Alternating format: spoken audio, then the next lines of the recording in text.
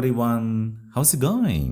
Dear friends, ഇന്ന് നമ്മൾ നോക്കാൻ പോകുന്നത് നിത്യജീവിതത്തിൽ ഉപയോഗിക്കുന്ന മറ്റൊരു സംഭാഷണമാണ്. നമ്മുടെ ഡെയിലി ലൈഫിൽ പലപ്പോഴും ചെറിയ ചെറിയ അസുഖങ്ങളൊക്കെ വരുന്ന സമയത്ത് ഡോക്ടറെ നമ്മളെ സന്ദർശിക്കാറുണ്ട് അല്ലേ, അല്ലെങ്കിൽ ചെറിയ ക്ലിനിക്കുകളിലൊക്കെ നമ്മൾ പോകാറുണ്ട്. അപ്പോൾ ഇവിടെ ഒരു ഡോക്ടറും അതേപോലെ തന്നെ പേഷ്യൻറ്റും തമ്മിലുള്ള സംഭാഷണമാണ്. ഇതിലുള്ള പല സെൻറ്റൻസുകളും നമ്മുടെ ഡെയിലി ലൈഫിൽ യൂസ് ചെയ്തതാണ്. പക്ഷേ ഇതിൻ്റെ പ്രത്യേകത എന്താണെന്ന് വെച്ചാൽ പലപ്പോഴും നമ്മൾ വലിച്ചു നീട്ടിയാണ് പല സെൻറ്റൻസുകളും പറയാറ്, ഇതിൽ പല കാര്യങ്ങളും പറയാറ്. അപ്പോൾ അത് വളരെ ലളിതമായിട്ട് എങ്ങനെ പറയാം, ഏതാനും വാക്കുകളിൽ ചിലപ്പോൾ 2-3 വാക്കുകളിൽ ഒരു വലിയ ആശയം എങ്ങനെ പറയാം, അതിനാണ് പ്രാധാന്യം. ശരിക്കും സംഭാഷണം അങ്ങനെയായിരിക്കണം, വലിച്ചു നീട്ടി ആകരുത് പറയുന്നത്. നമ്മൾ മലയാളം സംസാരിക്കുമ്പോഴും അങ്ങനെ തന്നെയാണ്. പക്ഷെ നമ്മൾ ഇംഗ്ലീഷ് പറയുന്ന സമയത്ത് പലപ്പോഴും റിട്ടൺ ഇംഗ്ലീഷ്, എഴുത്ത് ഭാഷ പോലെ വലിച്ചു നീട്ടി പറഞ്ഞു പോകാറുണ്ട്. അപ്പോൾ അതിൽ നിന്നും വ്യത്യസ്തമായി റിയൽ ലൈഫിൽ സംസാരിക്കുമ്പോൾ എന്ത് വ്യത്യാസമാണ് വരുന്നത്? ചെറിയ ചെറിയ 2-3 വാക്കുകൾ ഉപയോഗിച്ചുകൊണ്ട് എങ്ങനെ ഒരു വലിയ ആശയം എക്സ്പ്രസ് ചെയ്യാം, അതാണ് ഇപ്പം നമ്മൾ നോക്കാൻ പോകുന്നത്. ഓക്കെ, അപ്പോൾ ഇതൊരു ഡിസ്കഷനാണ്. ഡിസ്കഷൻ നന്നായിട്ട് നിങ്ങൾ കേൾക്കുക. അതിനുശേഷം ഓരോ സെൻറ്റൻസ് പറയുമ്പോഴും നിങ്ങളുടെ കൂടെ തന്നെ നിങ്ങൾ പറയുക. നിങ്ങൾക്ക് പറയാനുള്ള ഗ്യാപ്പ് ഞാൻ നൽകുന്നതായിരിക്കും. Are you ready? So let's go there. Okay. അപ്പോൾ സംഭാഷണം തുടങ്ങുന്നത് രോഗി ഡോക്ടറെ അഭിവാദ്യം ചെയ്തുകൊണ്ടാണ്. നമസ്കാരം ഡോക്ടർ. Good morning doctor. ഇത് വളരെ സിമ്പിളാണ്. ഗുഡ് മോർണിംഗ് എന്ന് പറഞ്ഞാൽ സുപ്രഭാതം. ഡോക്ടർ നമുക്കറിയാം, ഡോക്ടർ. അതെ, ഇത് നമ്മൾ രാവിലെ ഒരാളെ കാണുമ്പോൾ സാധാരണ പറയുന്നൊരു ഗ്രീറ്റിംഗ് ആണ്, അല്ലേ? അതെ. അപ്പോൾ നമുക്ക് ഒന്ന് പ്രാക്ടീസ് ചെയ്യാം അല്ലേ? ഈ സെൻറ്റൻസ് ഒന്ന് പറഞ്ഞാൽ മതി. നമ്മൾ ഡെയിലി ലൈഫിൽ പറയുന്ന സെൻറ്റൻസ് തന്നെയാണ്. ഒന്നുമില്ല, നമസ്കാരം ഡോക്ടർ എന്ന് പറയാൻ എന്ത് പറയും? അല്ലെങ്കിൽ സുപ്രഭാതം. സുപ്രഭാതം എന്നുള്ളത് നമ്മൾ ശരിക്കും പറയാറില്ല. നമ്മളെന്താ പറയുക? നമ്മൾ നാച്ചുറലി പറയുന്നത് ഇത് തന്നെയാണ്, ഗുഡ് മോർണിംഗ് ഡോക്ടർ അല്ലേ, അല്ലെങ്കിൽ ഗുഡ് ആഫ്റ്റർനൂൺ, ഗുഡ് ഈവനിങ് എന്നൊക്കെയാണ് പറയുക അല്ലേ? അത് തന്നെയാണ്, സിമ്പിളാണ്. നിങ്ങളൊരു തവണ ഒന്ന് പറഞ്ഞു നോക്കിയേ, ഗുഡ് മോർണിംഗ് ഡോക്ടർ. ഒരിക്കൽ കൂടി ഒന്ന് ട്രൈ ചെയ്യാം, ഗുഡ് മോർണിംഗ് ഡോക്ടർ. ഒറ്റ സെൻറ്റൻസ് ആയിട്ട് പറയാം കേട്ടോ, മുറിക്കാതെ പറയാം കേട്ടോ. ഓക്കെ, അത്രയേ ഉള്ളൂ, സിമ്പിളാണ്. അപ്പോൾ ഡോക്ടർ മറുപടി പറയുന്നു, നമസ്കാരം, എന്താണ് പ്രശ്നം? Good morning, what's the problem? ഇവിടെ മോർണിംഗ് എന്ന് മാത്രമാണ് പറഞ്ഞത്. അത് ഗുഡ് മോർണിംഗ് എന്നതിൻ്റെ ഒരു ഷോർട്ട് ഫോമാണ്. സംസാരത്തിൽ അങ്ങനെ ഉപയോഗിക്കാറുണ്ട്. ആ ശരി. പിന്നെ വാട്ട്സ്, അത് വാട്ട് ഈസ് എന്നതിൻ്റെ ചുരുക്കമാണ്. അർത്ഥം എന്താണ്? ഓക്കെ. ദ പ്രോബ്ലം എന്നാൽ പ്രശ്നം. അപ്പോൾ വാട്ട്സ് ദ പ്രോബ്ലം എന്ന് വെച്ചാൽ എന്താണ് പ്രശ്നം? So let's practice this sentence. ഇത് നമുക്കൊന്ന് പ്രാക്ടീസ് ചെയ്ത് നോക്കാം. മോർണിംഗ്, എന്താണ് പ്രശ്നം? Morning, what is the problem? What is എന്നുള്ള ഒരുമിച്ച് പറയുമ്പോൾ വാട്ട്സ് ദ പ്രോബ്ലം. എങ്ങനെയൊന്ന് പറഞ്ഞു നോക്കിയേ, ഉറക്കെ പറയണം കേട്ടോ. What's the problem. റിപ്പീറ്റ് ചെയ്യുക, good morning, what's the problem. ഒരിക്കൽ കൂടി പറയാം, മോർണിംഗ്, വാട്ട്സ് ദ പ്രോബ്ലം. അപ്പൊ രോഗി തന്റെ ബുദ്ധിമുട്ട് പറയുന്നു, എനിക്ക് പനിയും തലവേദനയുമുണ്ട്. I've got fever and headache. ഇതിലെ I've got ശ്രദ്ധിച്ചോ, അത് I have got എന്നതിൻ്റെ സംസാരത്തിലെ രൂപമാണ്. എനിക്കുണ്ട് എന്ന് പറയാനാണ് ഇത് ഉപയോഗിക്കുന്നത്. ആ എനിക്കുണ്ട്. അതെ, ഫീവർ എന്നാൽ പനി. ആൻഡ് എന്ന വാക്കിന് അല്ലെങ്കിൽ കൂടാതെ എന്നൊക്കെ അർത്ഥം വരും. ഹെഡേക്ക് എന്നാൽ തലവേദന. അപ്പോൾ I've got fever and headache എന്നാൽ എനിക്ക് പനിയും തലവേദനയുമുണ്ട്. സിമ്പിൾ അല്ലേ?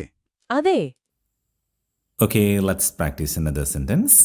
എനിക്ക് പനിയും തലവേദനയുമുണ്ട്. I have got fever. I have got fever എന്നുള്ള ഒരുമിച്ച് പറയാമോ?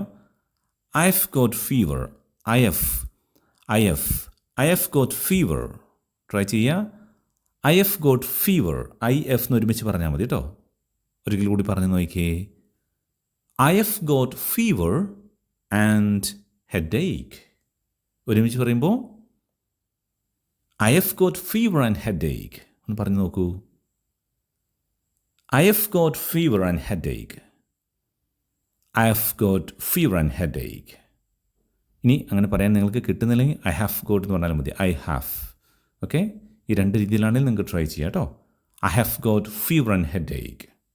ഡോക്ടർ കൂടുതൽ വിവരങ്ങൾ ചോദിക്കുകയാണ്. എപ്പോൾ മുതലാണ്? Since when. വളരെ ചെറിയ ചോദ്യം. സിൻസ് എന്ന വാക്കിന്റെ അർത്ഥം മുതൽ എന്നാണ്. വെൻ എന്നാൽ എപ്പോൾ. അപ്പോ സിൻസ് വെൻ എന്ന് ചോദിച്ചാൽ എപ്പോൾ മുതൽ.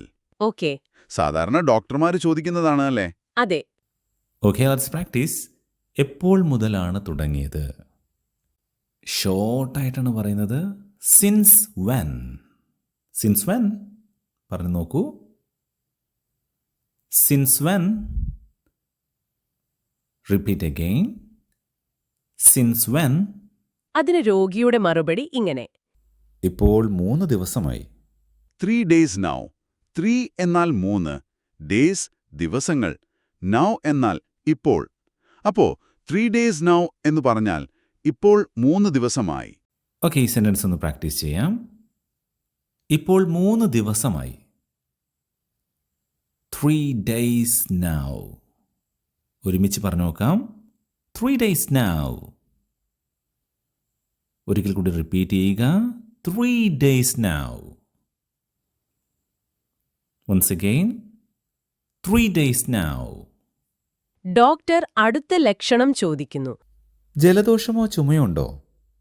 Any cold or cough. Any എന്ന വാക്കിന്റെ അർത്ഥം എന്തെങ്കിലും എന്നാണ്. കോൾഡ് എന്നാൽ ജലദോഷം. ഓർ എന്ന വാക്കിന് അല്ലെങ്കിൽ എന്നർത്ഥം. കോഫ് ചുമ. അപ്പോ എനി കോൾഡ് ഓർ കോഫ് എന്ന് വെച്ചാൽ എന്തെങ്കിലും ജലദോഷമോ ചുമയോ ഉണ്ടോ? ഓക്കെ, ഈ സെന്റൻസ് നമുക്ക് പ്രാക്ടീസ് ചെയ്യാം. ജലദോഷമോ ചുമയോ ഉണ്ടോ? Any cold or cough. ശ്രദ്ധിക്കുക, എനി കോൾഡ് ഓർ കഫ്. രണ്ടും ചേർത്ത് പറയുമ്പം any cold or cough, any cold or cough. പറഞ്ഞു നോക്കൂ. Yes, any cold or cough. Once again repeat. Any cold or cough. ഒന്നും കൂടി പറയാം. Any cold or cough. രോഗി അതിനും മറുപടി നൽകുന്നുണ്ട്. ഉണ്ട്, ഒരുപാട് തുമ്മുന്നുണ്ട്. സ്നീസിങ് എ ലോട്ട്. എന്ന് പറഞ്ഞാൽ യെസ് എന്നതിന്റെ സംസാരത്തിൽ ഉപയോഗിക്കുന്ന രൂപമാണ്. അർത്ഥം അതെ അല്ലെങ്കിൽ ഉണ്ട്. ഓക്കെ. സ്നീസിങ് എന്നാൽ തുമ്മുക അല്ലെങ്കിൽ തുമ്മിക്കൊണ്ടിരിക്കുന്നു എന്നൊക്കെ പറയാം. അലോട്ട് എന്നാൽ ഒരുപാട്. അപ്പോ സ്നീസിങ് അലോട്ട് എന്നാൽ അതെ, ഒരുപാട് തുമ്മുന്നുണ്ട്. ഈ സെന്റൻസ് നമുക്കൊന്ന് പ്രാക്ടീസ് ചെയ്ത് നോക്കാം. ഉണ്ട്, ഒരുപാട് തുമ്മുന്നുണ്ട്. Yes, sneezing a lot. Sneezing a lot. A lot എന്നാകരുത്, എ ലോട്ട്. A lot. ഒരുമിച്ച് പറഞ്ഞു നോക്കൂ. Sneezing a lot. ഉറക്കെ പറഞ്ഞു നോക്കുക. Sneezing a lot.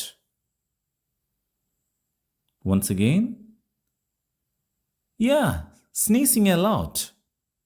അപ്പോൾ ഡോക്ടർ മരുന്നിനെ കുറിച്ച് ചോദിക്കുന്നു. നിങ്ങൾ എന്തെങ്കിലും മരുന്ന് കഴിച്ചോ? Did you take any medicine? Did you take എന്നത് ഒരു ചോദ്യരൂപമാണ്.